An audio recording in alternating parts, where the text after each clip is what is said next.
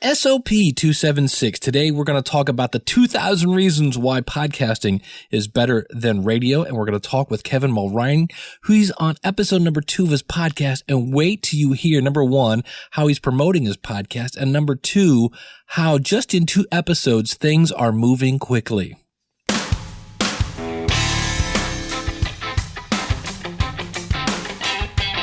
It's the School of Podcasting's morning announcements. Here's Dave Jackson. Podcasting since 2005. I am your personal podcast coach, Dave Jackson. Thanking you so much for tuning in. This is where we talk about all things podcasting. If you want to learn how to podcast, this is the place. From planning to producing to promoting, all of the points in between, the tools, the tips, the feed burners, the iTunes. You need it, you got it right here, one place, schoolofpodcasting.com. If you'd like to email me, my email is dave@schoolofpodcasting.com. You can call in your comments as well. Toll free, it's 888-563-3228. And we have so much information today that I actually am thinking of putting out a show later in the week. I'm getting backlogged. I've talked about that in the past, that when you have a big, just huge amount of information come in, don't just spill it out all at once, but pace it out. But we've got a lot of great stuff. And so what I want to do is I want to start with why podcasting is better than radio. And this is an interesting story. It is October 2nd as I record this. And I don't have the final numbers, but you know what? It doesn't matter. I have a podcast called Quiet Study Area. And to make a long story short, I haven't done an episode of this show in 2 years. In 2 years. But last month, September 2011, I had 2,521 downloads. Now, I only had 14 episodes in the first place. So I think that averages out to, let me do a little math here, 2,521 divided by 14. Yeah, 180 downloads per episode. 2 years. So this is one of the things that makes podcasting different than radio. And it drives me nuts when people try to sell advertising like it is radio. It's not. Because if somebody had advertised back in 2009 when that episode aired, they would have had 180 people a month listen to their advertising, where when you advertise on radio, once it's on, it evaporates. It's gone. You're not going to hear it unless you're Marty McFly and you can go back in time. It's not going to happen. So, and then the other thing is you have a niche. Podcasting are really getting super duper niche. We're going to talk about Kevin Mulroney is doing a podcast about the band Yes. Now, here's the interesting thing. Kevin may never have, but he might, the way things are going here, he may never have 50,000 people listening to his podcast. But the people that find his podcast are going to go, oh my gosh, I love the band Yes. Because here's the thing about the band Yes and the band Rush. You either love them or you hate them. And when you love them, you go, oh, I love this band. And they're just going to geek out on Yes. It's amazing. So if you are the band Yes and you have a new album out, where are you going to promote it? Are you going to promote it on a radio station to a bunch of people that are listening to Lady Gaga and Justin Timberlake and whoever? Or maybe you ought to put a little 60-second ad on the Yes Music podcast, because those people are really going to be likely to buy your album. So don't underestimate the power of the niche, especially when it comes to podcast advertising. I talk about this a lot in my book, More Podcast Money, which you can find out at More Podcast Money, which I do want to talk about. Apparently in the process of switching up my theme over there, somehow it broke my buy button. So if you've tried to buy More Podcast Money, it's only $19.99 and the book never goes out of date. You can read more about that at More Podcast Money. But apparently when I was switching things around, it broke the button. So kind of funny that a podcast about monetization, kind of broke down in the monetization book, but it actually works now. And it also works if you hate PayPal. I have 2 ways of paying there. You can do either one. And the other thing, since we're on the concept of monetization, I want to point out in our last episode, We talked about everything you wanted to know about iTunes, and we talked about Libsyn versus Blueberry. And I do want to add a couple points on that. Number one, I got a comment from Todd Cochran. He left this out on the website, and he said, don't forget that the Blueberry network also allows you on devices like the Roku box, Boxee, Looky TV, okay, and Samsung Smart TV, and a host of other devices. Yeah, that network is really growing to get you into, especially if you're on a video platform. You can really get into people's living rooms, which is amazing. So keep that in mind, Todd. Thank you very much. And so it's not, because I'd mentioned that, yeah, Blueberry is a little more expensive. They do have these other outlets. And of course, they have money-making opportunities over there as well. Now, the other thing I wanted to point out, because I've kind of been mentioning how Podbean had just kind of blown me off as a host. Well, I finally got an answer from them. Remember I said I couldn't even get them to acknowledge where they were? I got an email from Dave at the Podbean team. He says, currently we don't have a staff available for interview. Podbean was founded in Montreal, Canada. We are a group of tech geekers who love to use the tech solution to give best low-cost service to users. That is an exact quote from the email. Regards, David at the Podbean team.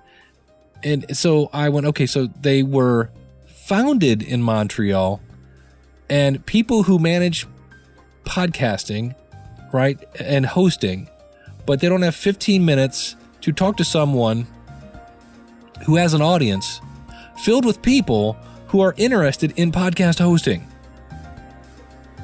Does anybody else find that just a little odd? So Podbean is off my radar. It's either Libsyn or Blueberry in my book. And we talked about that in the past episode.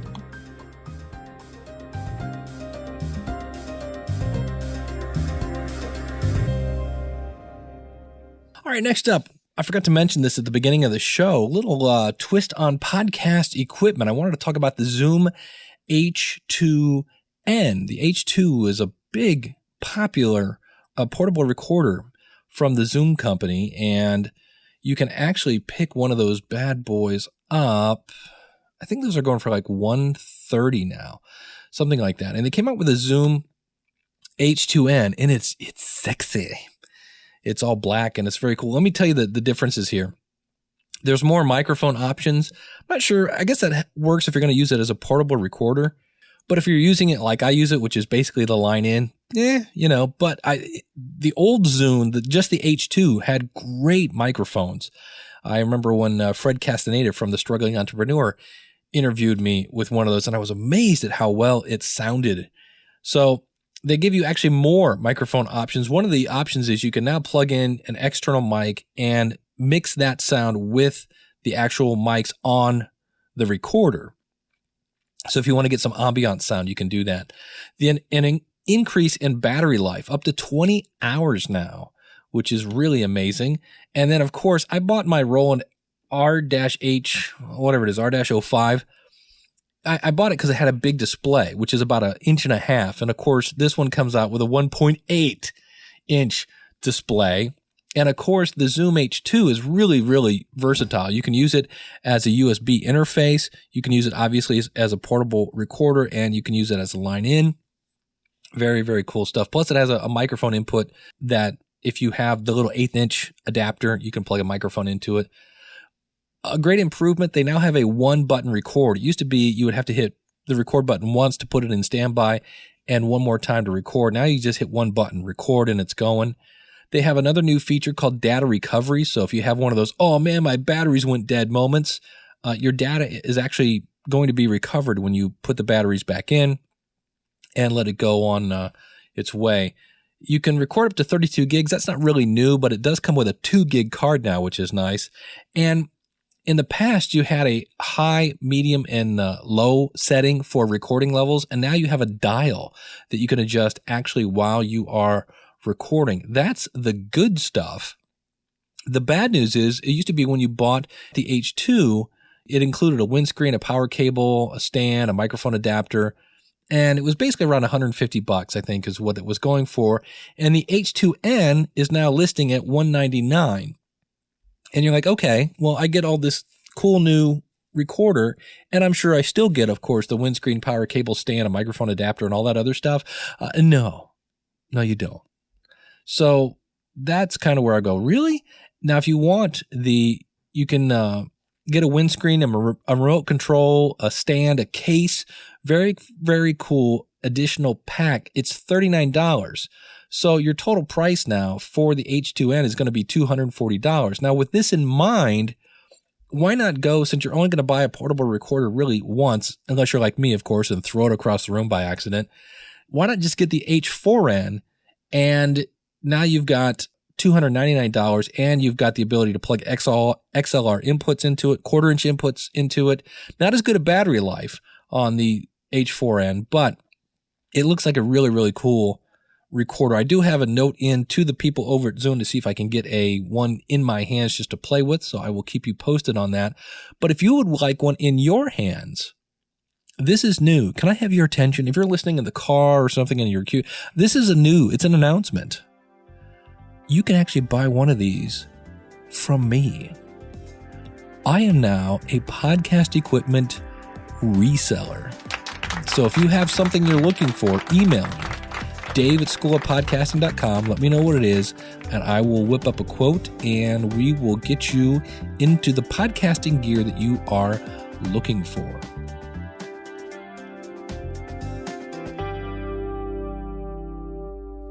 All right, next up, we have an interview with Kevin Mulrine. He does the Yes Music podcast, and I want to talk about this because this is not my normal audio quality. When I was recording this, my wife was leaving for a trip to South Carolina to visit our stepdaughter, who is there away on college. And to make a long story short, they were doing laundry in the back, and it wasn't a case where I could say, hey, can you turn that off, because they were leaving in a certain amount of time and they didn't want to go in wet clothes, as you might imagine. So you'll hear the interview, you'll hear some things like that. And I actually cut the interview a little short because at one point my wife started taking a shower. And I just went, okay, this sounds horrible, which is actually good, because what I want to play you is the beginning of episode 2 of the Yes Music podcast, where Kevin talks about his community and how rapidly it is building up. So here is my interview with Kevin Mulrine. You can find him at yesmusicpodcast.com. He is a graduate of my free podcast boot camp, which I might be talking about in the future. If you're looking to start a podcast, as always, you can go over to schoolofpodcasting.com. We've got step-by-step tutorials. We've got resources for music and graphic and everything else you need. And if you're stumbling over what the heck an RSS feed is and what's iTunes and what's FeedBurner and what's all this stuff, it all gets explained in pristine, crystal clear language. No techno-babble jargon at the schoolofpodcasting.com. And you can end up just like Kevin now with a brand new podcast. Here's my interview with Kevin. Well, joining us from across the pond, as they say, new podcaster, Kevin Mulrine. Kevin, thanks for coming on the show. It's great to be here, Dave. Nice to see you. He went through the free podcast boot camp and came out the other end with a new podcast. So, Kevin, why don't you tell us a little bit about your podcast? Okay, yes, we'll do. It's called the Yes Music Podcast. I've been a lifelong fan of the progressive rock group Yes. And when I was thinking around for what on earth I could do a podcast about, I knew it had to be something that I was passionate about, that I'd been involved with, almost every day of my life for over 25 years. And what, struck me as the best thing, the thing that I could talk about for a long time was Yes.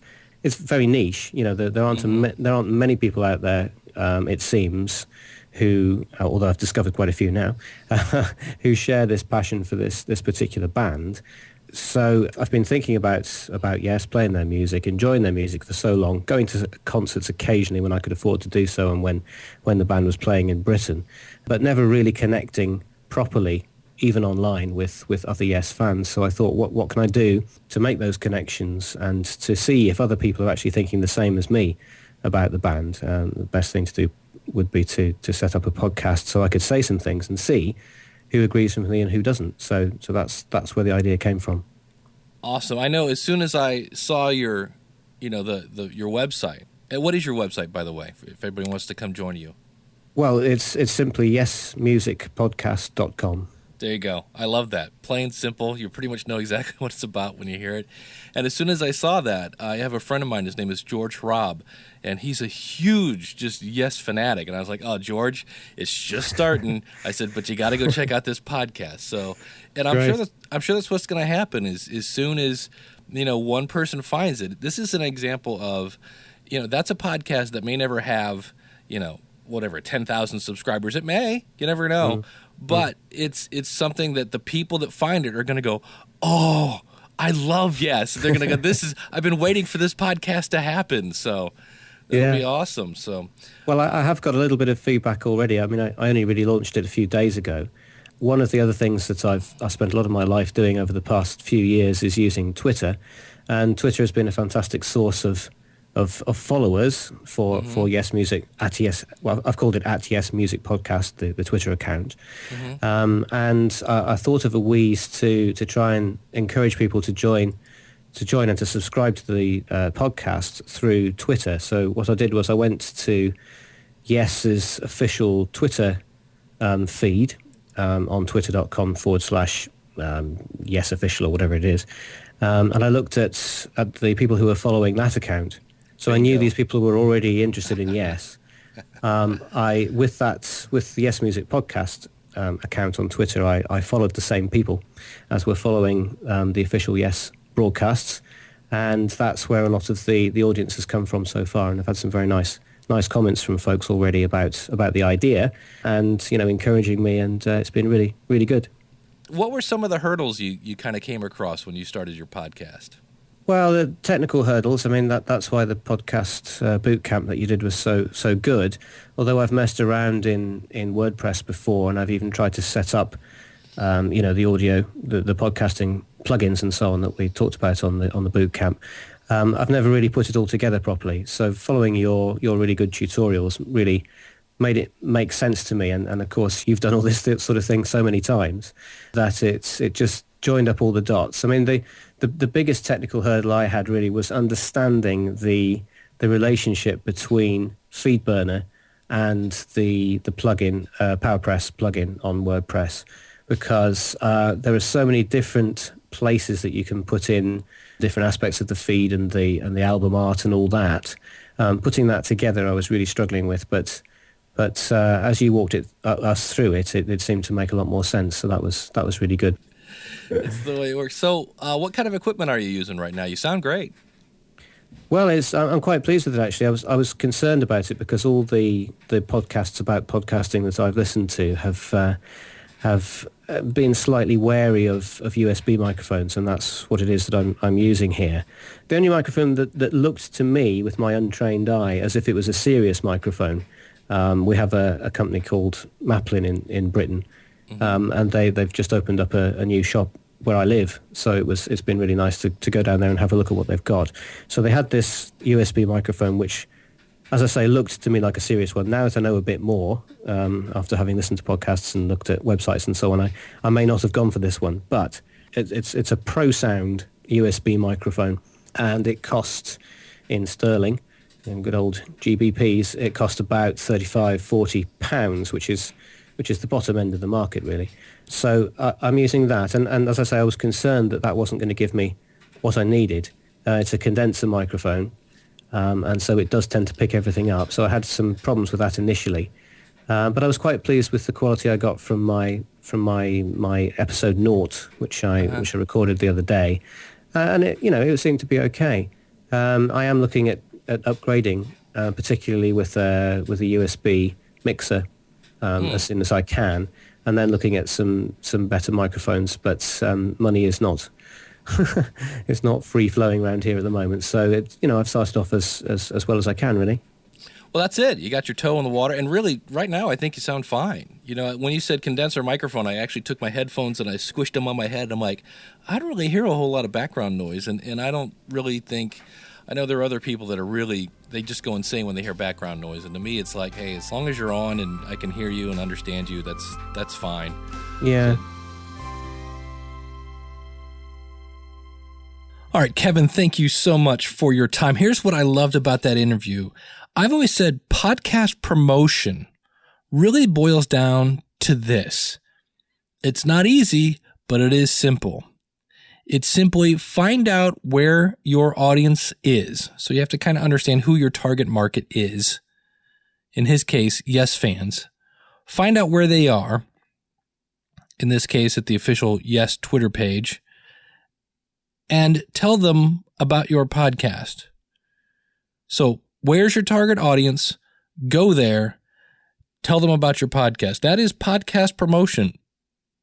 Doesn't matter if it's flyers, sample CDs, whatever. Go to where your target audience is and tell them about your podcast. Preferably not in a way that's very spammy, which it sounds like Kevin did beautifully. Just kind of, oh, by the way, I'm starting a podcast. And now wait till you hear in episode 2 how this community, remember how I said there is an audience waiting for you to start your podcast? Listen to this. This is amazing. Welcome to episode 2 of the Yes Music Podcast, one fan's exploration of the world's greatest progressive rock band. I'm Kevin Mulrine, your host, and it's been quite a week since I recorded episode 1. Twitter followers, subscriptions, comments, altogether it adds up to a building community, which is absolutely fantastic, especially as this is only episode 2. So I'm going to do something now which I'm not going to do every episode, but it's been such a significant week that I'm going to see if I can mention as many people as I can who've been part of that community building activity. So I'm really sorry if I miss anyone out. Please contact me if I've missed you out, and I'll make sure I mention you in the next episode. So comments on the website have been from people like Sergio, from some people's names I don't even know, from Ad Tradzuko, from Mike Murphy, and from Thomas Dobson, who points out that Astral Traveller, which we're going to talk about in a minute, might be the best precursor to what Yes was going to be, Tony Kaye and Peter Banks setting the template. Nick Daffis, Michael Williams, and Rick Dante needs a special mention of DanteProg.com. And if you don't know that website, get over there. It's absolutely fantastic, particularly as Rick has been kind enough to put a banner ad on it for the Yes Music Podcast. Thanks very much for that, Rick. And I'm just waiting for Rick to get one over to me, and I'll do that reciprocally on the Yes Music Podcast side.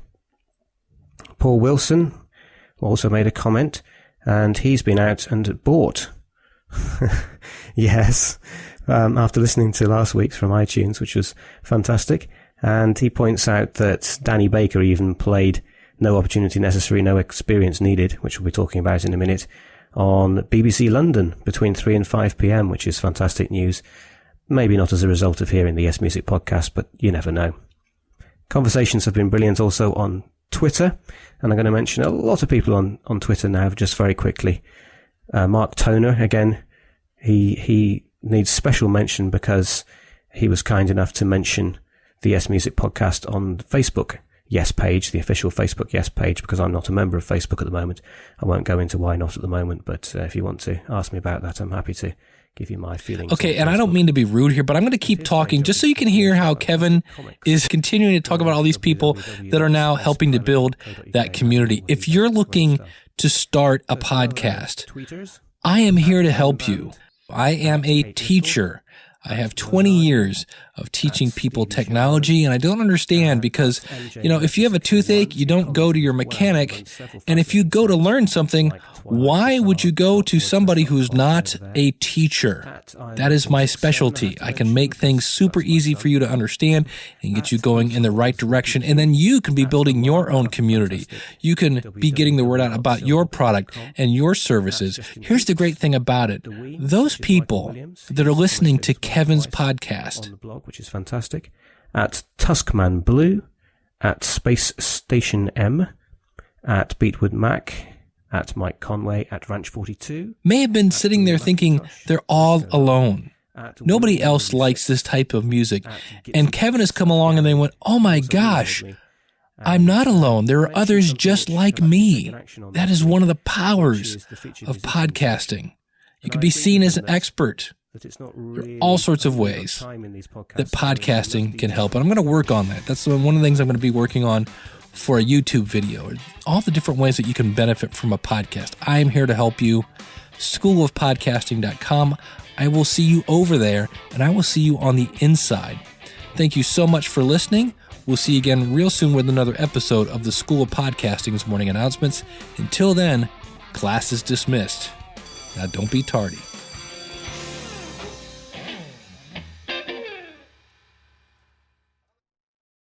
Comes out to, I think, 180. Oh, stupid calculator. 2521 divide by 14 equals SOP 276. Today I'm going to talk about why podcasting is about 2,000 times better than radio. And we're going to interview Kevin Mulrine. He's a brand new podcaster. And wait till you see what happened, or in this case here, doggone it.